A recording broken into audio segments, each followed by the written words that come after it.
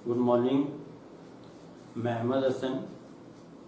आज हम 12th physics में चैप्टर किरण प्रकाशिकी में टॉपिक पढ़ेंगे गोलीय दर्पण के लिए वस्तु की दूरी, प्रतिबिंब की दूरी एवं फोकस दूरी में क्या संबंध होता है। इसके लिए हम गोलीय दर्पण के रूप में अवतल दर्पण को प्रयोग में ले रहे हैं। यह अवतल दर्पण का मध्य बिंदु है, इसका ध्रुव P।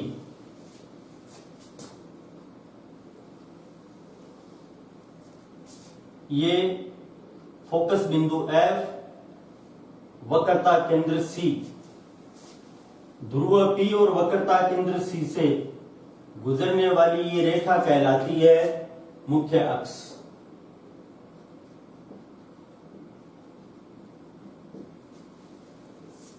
यहां AB नाम की वस्तु को हम मुख्य अक्ष के ऊपर वक्रता केंद्र एवं अनंत के मध्य स्थित कर रहे हैं। सबसे पहले हम इस AB वस्तु का प्रतिबिंब बनाएंगे। AB वस्तु के B सिरे से एक प्रकाश किरण को आपतित करेंगे मुख्य अक्ष के समानांतर। परावर्तित प्रकाश किरण फोकस बिंदु से होकर गुजरती है। दूसरी प्रकाश किरण को हम आपतित करेंगे फोकस बिंदु से होते हुए।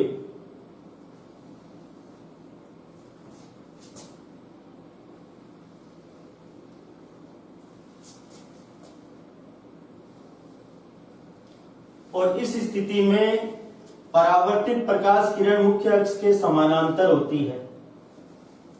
आप देख सकते हो, एक परावर्तित किरण ये, दूसरी परावर्तित किरण ये, दोनों इस बिंदु पर कट कर रही है। इस कट किए गए बिंदु पर बिंदु B का प्रतिबिंब बनेगा B' और संपूर्ण प्रतिबिंब बनता है इसमें A', B'। बोर्ड पर बने इस चित्र में वस्तु AB मुख्य अक्ष के ऊपर स्थित है, प्रतिबिंब A', B' मुख्य अक्ष के नीचे स्थित है। उत्तर तक पहुंचने से पहले हमें समरूप त्रिभुज क्या होते हैं और समरूप त्रिभुज की भुजाओं में क्या संबंध होता है, इसकी जानकारी की आवश्यकता होगी। तो हम समरूप त्रिभुज और इसके लिए कुछ समझने का प्रयास करेंगे।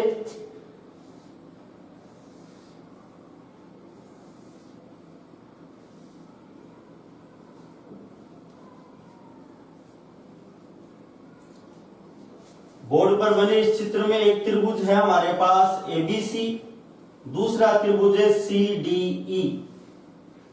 इन दोनों त्रिभुज की यदि हम तुलना करें, ये एंगल 90 डिग्री का, ये एंगल 90 डिग्री का, ये रेखा और ये रेखा क्रॉस कर रही है। ये एंगल थीटा शीर्षाभिमुख कोण के नियम से ये भी थीटा होगा। ऐसे दो त्रिभुज जिनमें दो कोण की समानता हो जाए, इनको कहते हैं समरूप त्रिभुज। एक समानता ये 90 डिग्री का कोण, दूसरी समानता ये थीटा इक्वल है। हमें पता करना है कि इनकी भुजाओं में क्या संबंध होता है। त्रिभुज ABC में tan थीटा की यदि हम बात करें, तो इस त्रिभुज ABC में थीटा के सामने की AB भुजा लंब का कार्य करती है, BC भुजा आधार का।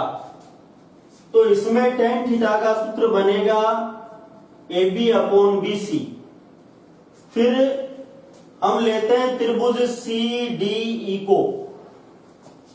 त्रिभुज CDE की बात करें, इसमें tan थीटा का सूत्र क्या बनेगा? कोण थीटा के सामने DE भुजा लंब का कार्य करती है, CD भुजा आधार का कार्य करती है। तो इसमें लंब बटा आधार से बनेगा DE/CD। tan थीटा के इन दोनों सूत्रों को हम बराबर करेंगे। टेन थीटा की इन दोनों वैल्यू को बराबर करें तो हमारे पास उत्तर आता है A B upon B C बराबर डीई अपॉन सी डी। इन दोनों भुजाओं को एक दूसरे के स्थान पर प्रतिस्थापित करने पर हम देखेंगे ए बी अपॉन डीई बराबर B C upon C D. हमें समरूप त्रिभुज के लिए भुजाओं में जो संबंध होता है वो संबंध हमें इस सूत्र का प्रयोग करना है। आप अत्यंत सावधानी से देखिएगा इस सूत्र में ए बी बटा डीई क्या चीज है। तो आप देख सकते हो इस त्रिभुज में ए बी ऊर्ध्वाधर भुजा, इसमें डीई ऊर्ध्वाधर भुजा, तो एक अनुपात हो गया ऊर्ध्वाधर भुजाओं के लिए। फिर दूसरा अनुपात है बीसी बटा सीडी। इस त्रिभुज में बीसी एक क्षैतिज भुजा, इस त्रिभुज में सीडी एक क्षैतिज भुजा। तो आप देख सकते हो कि ये दूसरा अनुपात क्षैतिज भुजाओं का रहेगा। आपको जब ये पता चल जाएगा कि ये दो त्रिभुज समरूप हैं, उसके पश्चात आप एक अनुपात ऊर्ध्वाधर भुजाओं का लिखेंगे, एक अनुपात क्षैतिज भुजाओं का, और उन दोनों को बराबर करते हैं। इसी गुण का उपयोग हम हमारे इस टॉपिक में करेंगे। देखते हैं इसे।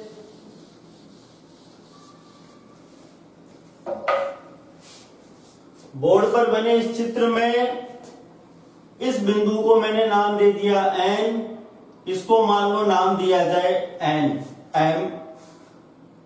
अब हमारे सामने एक ये त्रिभुज है जिसका नाम है एफ पी एन, दूसरा त्रिभुज है जिसका नाम है एफ ए डेस बी डेस। इनकी हम बात करें त्रिभुज एफ पी एन एवं त्रिभुज एफ ए डेस बी डेस। यदि आप इन दोनों की तुलना करेंगे तो आप देख सकते हो इस त्रिभुज में ये कोण लगभग 90 डिग्री होता है। इस त्रिभुज में ये ए डेस पर कोण 90 डिग्री का है। ये मुख्य अक्ष की रेखा और ये रेखा एक दूसरे को क्रॉस कर रही है।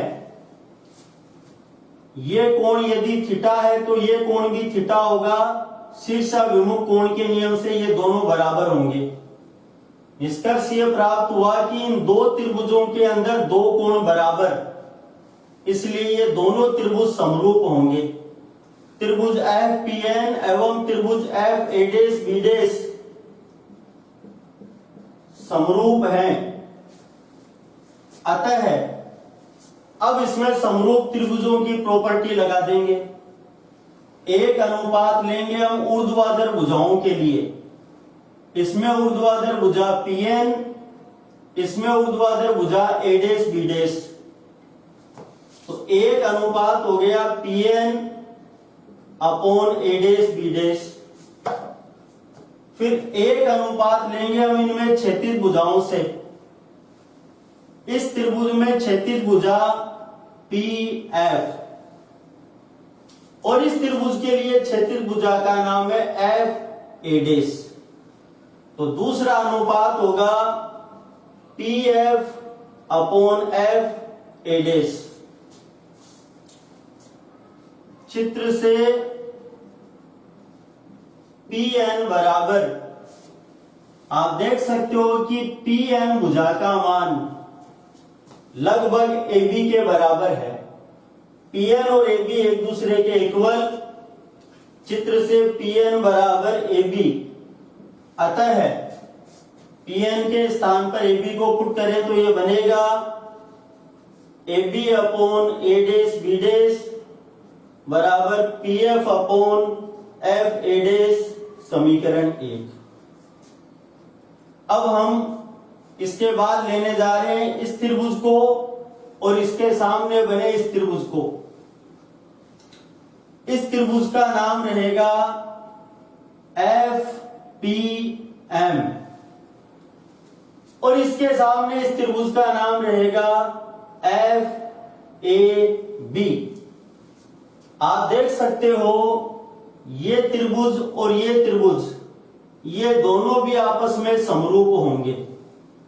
तो हमारे पास अब इसके पश्चात आता है त्रिभुज एफ पी एम एवं त्रिभुज एफ ए बी समरूप हैं। अतः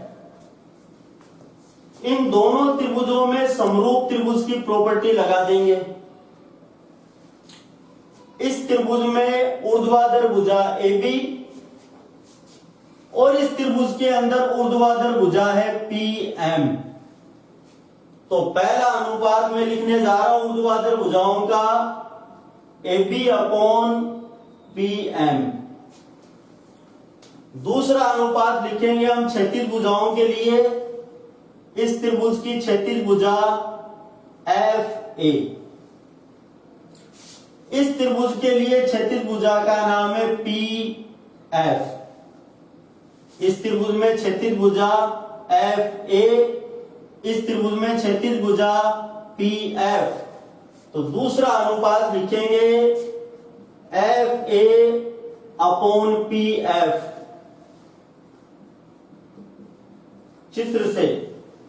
चित्र में आप देख सकते हो PM भुजा का मान लगभग A डैश B डैश के इक्वल। भुजा PM की वैल्यू लगभग A डैश B डैश के इक्वल। तो इसमें हम लिखेंगे चित्र से PM equal to A dash B dash. ये मान यहां पुट करने पर यह बनेगा। अतः है AB upon A dash B dash बराबर FA अपॉन PF। समीकरण नंबर 2। समीकरण 1, AB upon A dash B dash की value PF upon F A dash के इक्वल। समीकरण 2 में AB upon A dash B dash की वैल्यू FA अपॉन PF के equal. समीकरण 1 और समीकरण 2 का LHS इक्वल है, इसलिए इन दोनों का RHS भी इक्वल होगा। तो इसको हम लिखेंगे समीकरण 1 व 2 से PF upon F A dash बराबर FA अपॉन PF।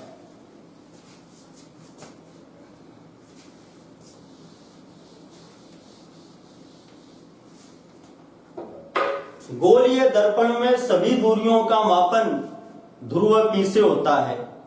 हमें इस सूत्र में इस प्रकार से संशोधन करना है कि प्रत्येक स्थान पर दूरी P से मापी जाए। यहां पे PF का अर्थ निकल के आता है, PF का अर्थ निकल कर आता है, लेकिन FA इसका आंसर नहीं है। इसमें हमें ध्रुव P को लेकर आना है। लाने का तरीका चित्र से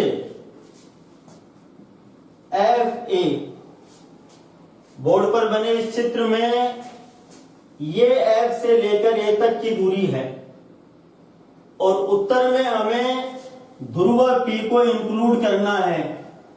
तो इसका तरीका है, यदि PA डिस्टेंस में से PF को घटा दिया जाए, यदि PA डिस्टेंस में से PF को घटा दिया जाए तो FA शेष रह जाएगा।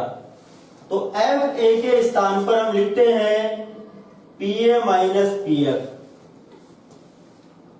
एवं FA डैश की बात करें, ये दूरी FA डैश, इसके स्थान पर हम लिख सकते हैं PA dash minus PF।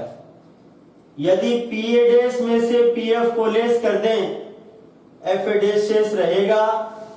FA dash के स्थान पर मैं लिख रहा हूं PA डैश माइनस PF।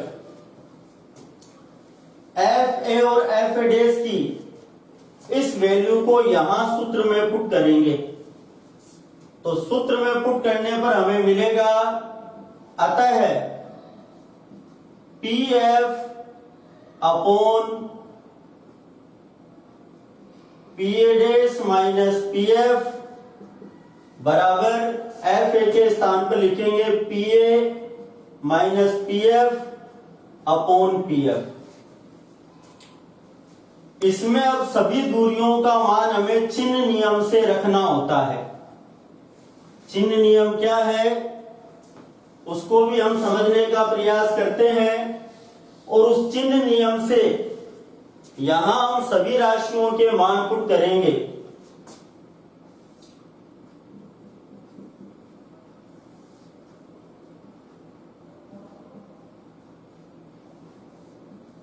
ये आपके सामने AB नाम की वस्तु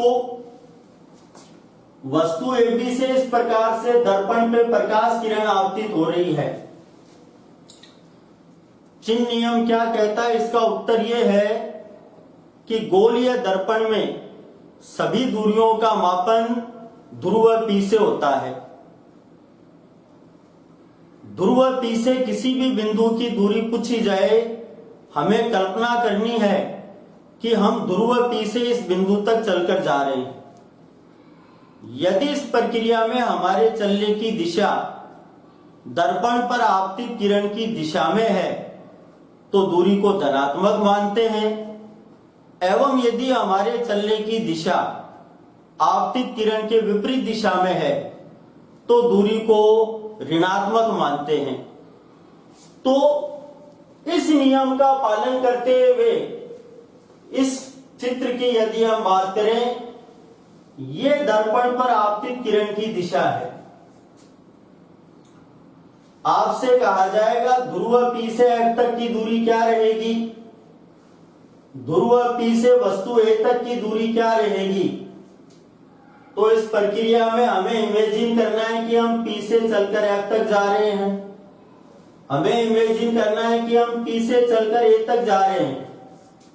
आप देख सकते हो इस प्रक्रिया में हमारे चलने की डायरेक्शन आपतित किरण के विपरीत है, इसलिए इस चित्र में P से F तक की दूरी भी ऋणात्मक और P से A तक की दूरी भी ऋणात्मक होगी। इसी नियम का पालन करते हुए हमें इन सब राशियों का मान सूत्र में चिन्ह नियम से रखना होता है।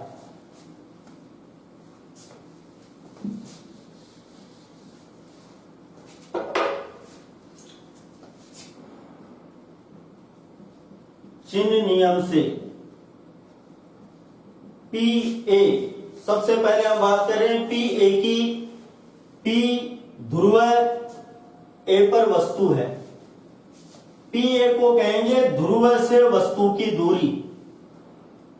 चिन्ह नियम के लिए हमारा कार्य, इमेजिन करें P से चलकर हम A तक जा रहे हैं।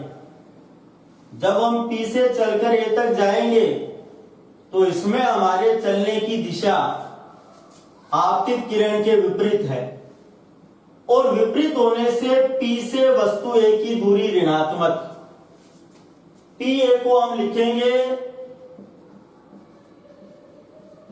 वस्तु की दूरी माइनस U। इसके बाद हम बात करें PA', P ध्रुव A' पर प्रतिबिंब बन रहा है।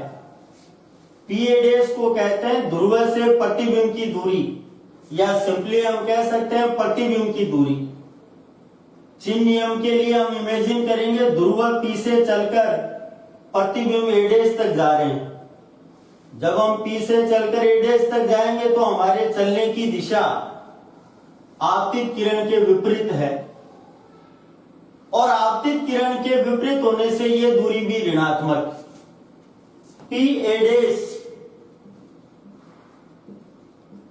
प्रतिबिंब की दूरी माइनस V।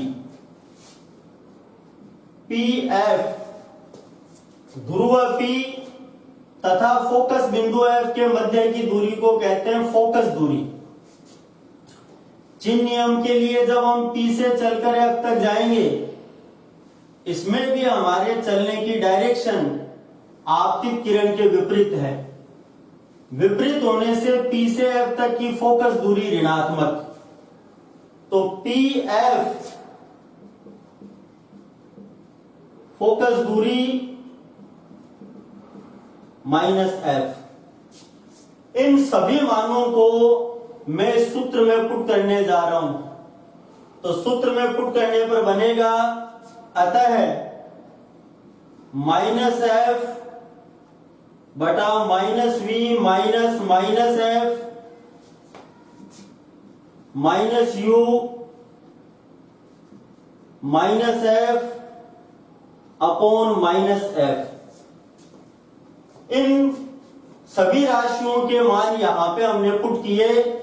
PF के स्थान पे -F, PA dash -V, PF के स्थान पे -F, PA के स्थान पे -U, PF के स्थान पे -F और इसके स्थान पर -F। कैलकुलेशन करके इसके आगे का आंसर क्या रहेगा उसको प्राप्त करते हैं।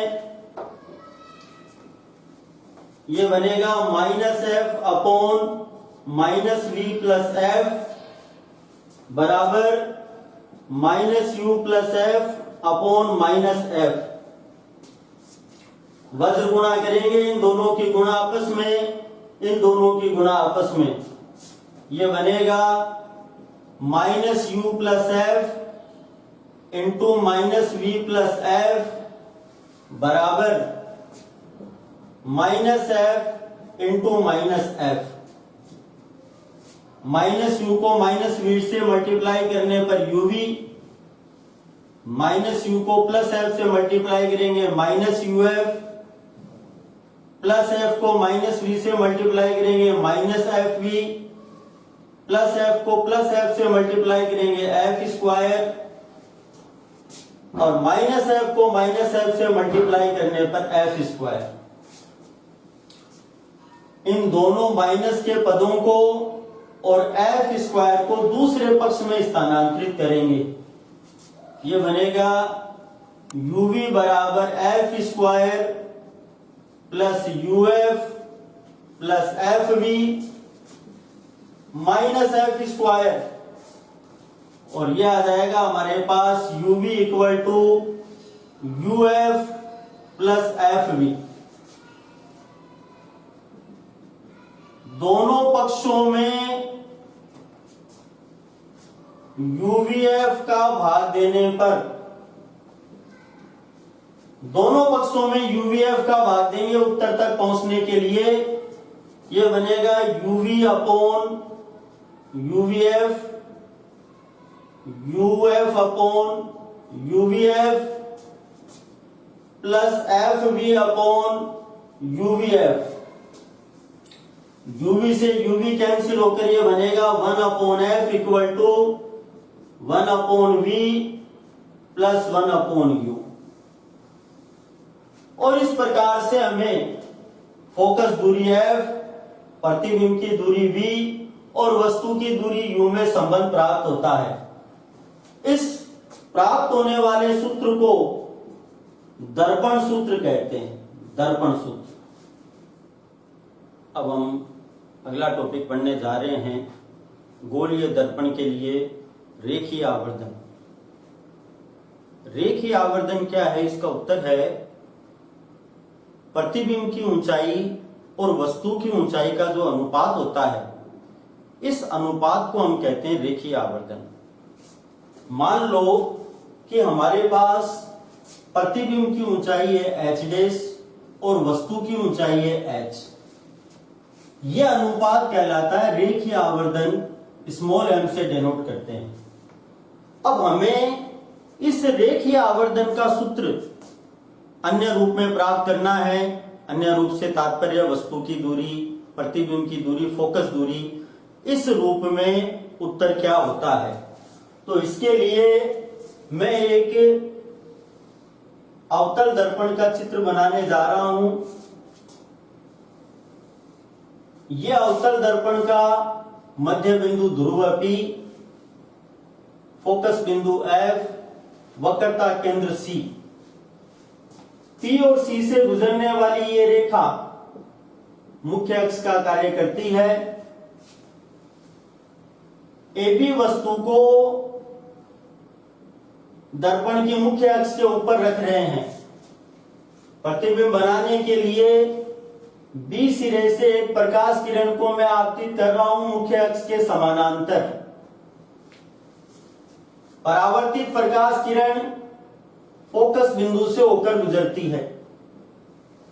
उत्तर प्राप्त करने के लिए दूसरी प्रकाश किरण को मैं आपतित करूंगा ध्रुव P पर। ये इस प्रकार से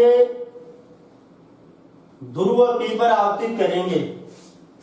आप जानते हो यदि किसी प्रकाश किरण को ध्रुव P पर आपतित किया जाए, आपतित किरण यदि मुख्य अक्ष से थीटा कोण बनाती है, इस स्थिति में परावर्तित प्रकाश किरण भी मुख्य अक्ष से थीटा कोण ही बनाती है।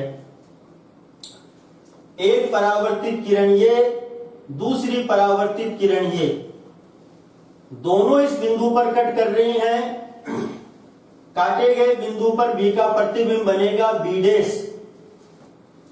और संपूर्ण प्रतिबिंब हमें प्राप्त होता है इसका A' B'। वस्तु AB मुख्य अक्ष के ऊपर स्थित है और प्रतिबिंब A' B' मुख्य अक्ष के नीचे स्थित है। मुझे रेखीय आवर्धन M का एक सूत्र और प्राप्त करना है। इसके लिए मैं लेने जा रहा हूं त्रिभुज PAB में tan थीटा क्या होगा। ये त्रिभुज बन रहा है, P से A तक एक भुजा, A से B तक दूसरी भुजा और B से P तक तीसरी भुजा है। यहां पे इसमें थीटा के सामने AB भुजा लंब का कार्य करती है और PA भुजा आधार का। तो tan थीटा का सूत्र बनेगा AB/PA। फिर हम त्रिभुज लेने जा रहे हैं एवं त्रिभुज PA' B' में tan थीटा का सूत्र क्या बनेगा। त्रिभुज है PA' B', इसमें एक भुजा P से लेकर A' तक, दूसरी भुजा A' से B' तक, तीसरी भुजा B' से P तक है। एंगल थीटा के सामने की A' B' भुजा लंब का कार्य करती है और PA' भुजा आधार का कार्य करती है। इसमें tan थीटा का सूत्र बनेगा A' B' अपॉन PA'। ये समीकरण नंबर 2। समीकरण 1 में tan थीटा का सूत्र AB/PA, समीकरण 2 में tan थीटा का सूत्र A' B' अपॉन PA'। इन दोनों मानों को इक्वल करेंगे तो हम लिखते हैं समीकरण 1 व 2 से ये बनेगा हमारे पास AB/PA बराबर A' B' अपॉन PA'। मैं इन सभी राशियों के मान चिन्ह नियम से रखने जा रहा हूं। चिन्ह नियम से PA PA'। पहले बात करें PA की। P ध्रुव A पर वस्तु है। PA का तात्पर्य ध्रुव से वस्तु की दूरी। चिन्ह नियम में मैंने आपको बताया था कि हमें इमेजिन करना है ध्रुव P से चलकर वस्तु A तक जाएंगे।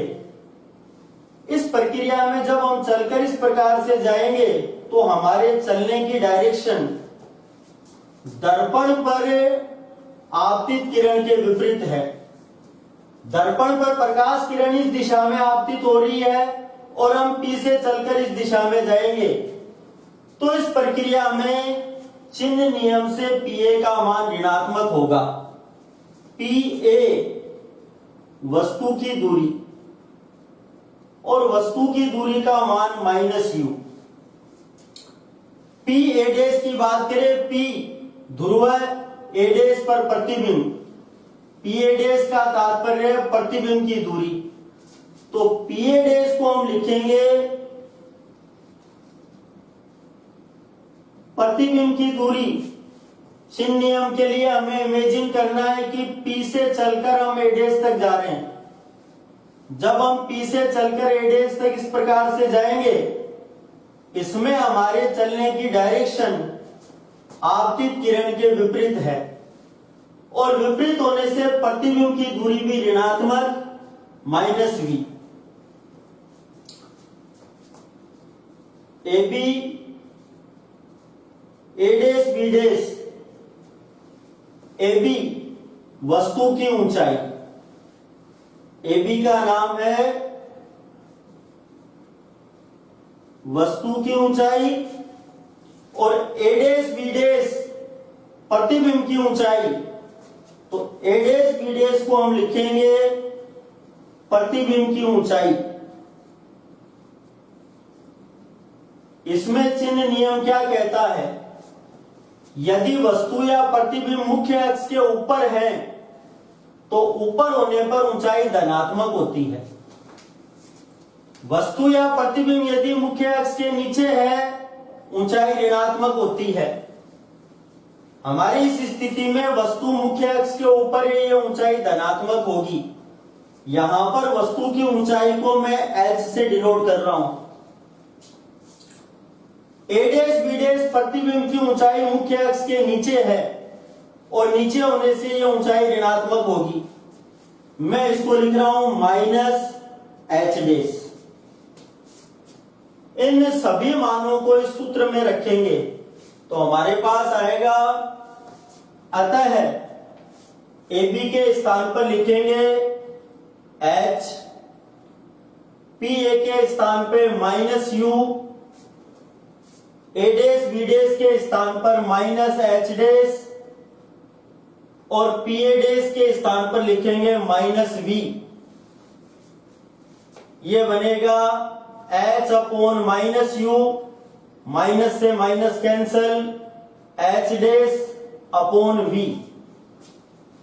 सूत्र में इस h को यहां और v को यहां स्थानांतरित किया जाए, हम इस सूत्र को लिख सकते हैं -v/u बराबर h'/h। परिभाषा के अनुसार रेखीय आवर्धन का यह पहला सूत्र है, m बराबर h'/h। और हमें देखने को मिल रहा है कि h'/h की वैल्यू -v/u के इक्वल। तो निष्कर्ष प्राप्त हुआ, अतः m = -v/u, क्योंकि m की वैल्यू h'/h के इक्वल और h'/h की वैल्यू -v/u के इक्वल। तो रेखीय आवर्धन का यह सूत्र प्राप्त हुआ, m बराबर -v/u। अब हम इस रेखीय आवर्धन का सूत्र फोकस दूरी के रूप में क्या होता है उसे भी प्राप्त करते हैं। किस प्रकार से उत्तर आएगा, इस उत्तर को देखने का प्रयास करते हैं।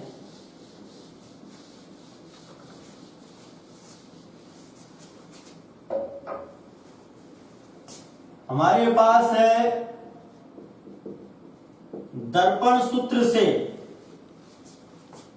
1/v + 1/u बराबर 1/f। यहां से हमें पता करना है कि v/u की वैल्यू क्या हो सकती है। 1/v को दूसरे पक्ष में ले जाने पर बनेगा 1/u बराबर 1/f - 1/v। दोनों पक्षों में -v का मल्टीप्लाई करेंगे, दोनों पक्षों में -v से गुणा करेंगे, ये बनेगा -v/u, ये बनेगा -v/f और ये बनेगा +v/v। -v/u equal to -v/f +1 या -v/u इक्वल टू 1 - v/f। तो आप देख सकते हो कि -v/u का यह हमें सूत्र प्राप्त हुआ। अतः रेखीय आवर्धन का एक फॉर्मूला और बनेगा, माइनस वी अपॉन यू बराबर 1 माइनस वी अपॉन एफ। तो इस प्रकार से रेखीय आवर्धन m का सूत्र हमें v और f के रूप में प्राप्त होता है। आप सबका वीडियो देखने के लिए बहुत बहुत धन्यवाद।